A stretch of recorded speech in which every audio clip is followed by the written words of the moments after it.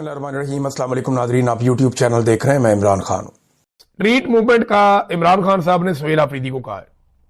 سہیل آفریدی اس کا مومنٹم بنانے کے لیے موبلائزیشن کر رہے ہیں، ہر جگہ جا رہے ہیں، لیکن جو پارٹی کی رسپانسبلٹی ہے کہ اس موبلائزیشن کو چینلائز کیا جائے، ہر گلی محلے میں باقاعدہ ممبرز کو بتایا جائے کہ تم نے کیا کرنا ہے، تم نے کیا کرنا ہے، تم نے کیا کرنا ہے، اور لسٹیں بنے، چیزیں بنے، جس طریقے سے آگے چلنا ہے وہ پروسیس ابھی شروع نہیں ہوا۔ اس کے بارے میں میری انفارمیشن کے مطابق ابھی کام نہیں ہوا، لیکن اس مرتبہ سہیل آفریدی کا، کیونکہ پچھلی مرتبہ تصاویر بڑی وائرل ہو گئی تھی کہ 4-5 نوجوان سہیل آفریدی، شاہد خٹک، مینا خان اور شفیع اللہ جان یہ گاڑی پہ کھڑے ہیں، تو وہ بہت وائرل ہو گیا تھا۔ تو اس مرتبہ کیا کیا گیا کہ گاڑی کے اوپر اور لوگ بھی چڑھ گئے۔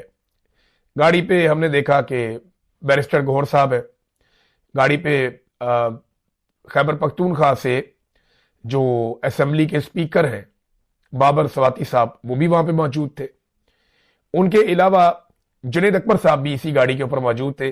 تو گاڑی کے اوپر لوگوں کی تعداد بڑھ رہی ہے اور پاکستان تحریک انصاف کا مومنٹم بھی بڑھ رہا ہے۔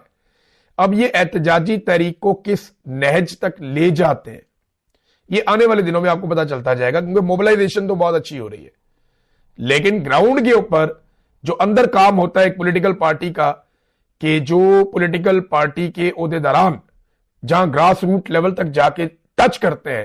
وہ کہاں تک پہنچا معاملہ، اور وہ جو پلاننگ ہے وہ کہاں تک پہنچی، وہاں پہ ابھی کوئی ایسی اطلاع نہیں ہے۔ دوسرا ناظرین، جو تحریک تحفظ آئین پاکستان کے لوگ ہیں، وہ بیچارے سندھ کے دورے پہ ہیں، وہاں پہ سندھ حکومت نے پھر وہی حرکتیں شروع کر دی گندی،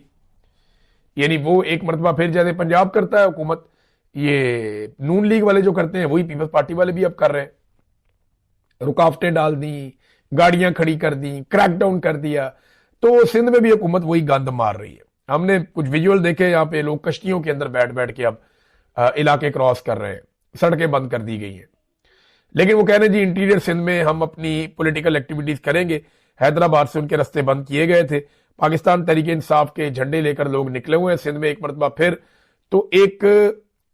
مومنٹم تو چل رہا ہے، تحریک تحفظ آئین پاکستان کے لوگ بھی کام کر رہے ہیں، پی ٹی آئی کے لوگ بھی کام کر رہے ہیں، اور دوسری جانب حکومت بھی جو کر سکتی ہے وہ کرتی چلی جا رہی ہے۔ اب پاکستان کی جو اسٹیبلشمنٹ کی اس وقت ترجیحات ہیں وہ آپ یہ دیکھیں کہ ایمان مزاری کو اور ہادی علی چٹھا کو ہر صورت میں گرفتار کر لیا جائے۔ اب وہاں پہ وکیل گئے ان کی عدالت میں، انہوں نے عدالت میں کہا کہ جناب کوئی گنجائش نکالیں، ہم ان کو گرفتار کروا لیتے ہیں، وہ اپنے آپ کو خود سرنڈر کر دیتے ہیں، تو اس کی تو اجازت دیں کہ یہ دونوں وکلا صاحبان اپنے آپ کو خود سرنڈر کرنا چاہتے ہیں۔ تو عدالت نے یہ استدعا بھی مسترد کر دی، نہیں ان کو پکڑ کے لاؤ۔ میری ہمارے صحافی ہیں نادر بلوچ صاحب، ان سے بات ہوئی، انہوں نے کہا جی کہ ایمان مزاری واقعی بیمار ہے اور ان کی طبیعت کافی خراب ہے، لیکن اس کے باوجود وہ گرفتاری سے گھبرا نہیں، وہ یہ کہہ رہی ہیں ٹھیک ہے اگر گرفتاری کرنا ہے تو یہ ہمیں گرفتار کر لیں، لیکن انہوں نے سرنڈر کرنے کی درخواست دی جسے مسترد کر دیا گیا عدالت کی جانب سے۔ یعنی اسٹیبلشمنٹ یہ چاہتی ہے کہ گھسیٹ کے ہی گرفتار کیا جائے، صاحب بہادر کا حکم جو آ گیا تو ٹھیک ہے کر لیں آپ نے اس سے پہلے بے شمار پاکستانیوں کو گرفتار کیا۔ مارنگ بلوچ جو پاکستان کی بیٹی ہے وہ اس وقت جیل میں ہے، یاسمین راشد صاحبہ اس عمر میں نواز شریف کو شکست دینے کے باوجود جیل میں ہے، سنم جاوید اور فلک جاوید دونوں بہنیں، قصور کیا ان کا، وہ سوال اٹھاتی ہیں، وہ دونوں بھی جیل میں ہیں، آپ ان کو نہیں توڑ پائے۔ عمران خان کی اہلیہ جیل میں ہے، تو اب آپ ایمان مزاری کو پکڑ کے آپ کیا نکال لیں گے؟ آپ ایمان مزاری کو جب اندر کریں گے نا، گرفتار کریں گے، تو جس قد کے ساتھ آپ گرفتار کریں گے یہ ذہنی طور پہ آپ تیار رہیے گا، جب یہ پاکستان کی بیٹی باہر آئے گی نا تو اس کا قد 4 گنا بڑا ہوگا کم سے کم، یہ آپ اپنے دماغ میں بٹھا لیں، پھر جو مرضی آپ کرتے رہیے گا۔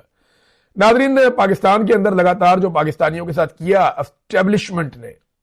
اس کی وجہ سے جو ٹیکسٹائل کا شعبہ ہے، یہ صرف میں فیصل آباد کی آپ کو بات بتا رہا ہوں، یہاں پہ 2 لاکھ افراد بے روزگار ہو گئے، اور یہ بات کس کا؟ پاکستان کا وہ میڈیا کر رہا ہے جو سرکاری میڈیا ہے، یعنی جو وزراء کے اپنے چینل ہیں وہ بتا رہے ہیں کہ جناب ٹیکسٹائل انڈسٹری مکمل طور پہ پاکستان کی تباہ ہو گئی۔ اب محسن نقوی کے اور علیم خان کے چینل بھی یہ بتانے پہ مجبور ہو گئے ہیں کہ پاکستان میں معیشت مکمل طور پہ تباہ ہو گئی۔ علیم خان والوں نے بڑے پیسے کمائے تھے عمران خان صاحب کے دور میں، اس سے پہلے مشرف صاحب کے دور میں بھی بہت پیسہ بنایا تھا،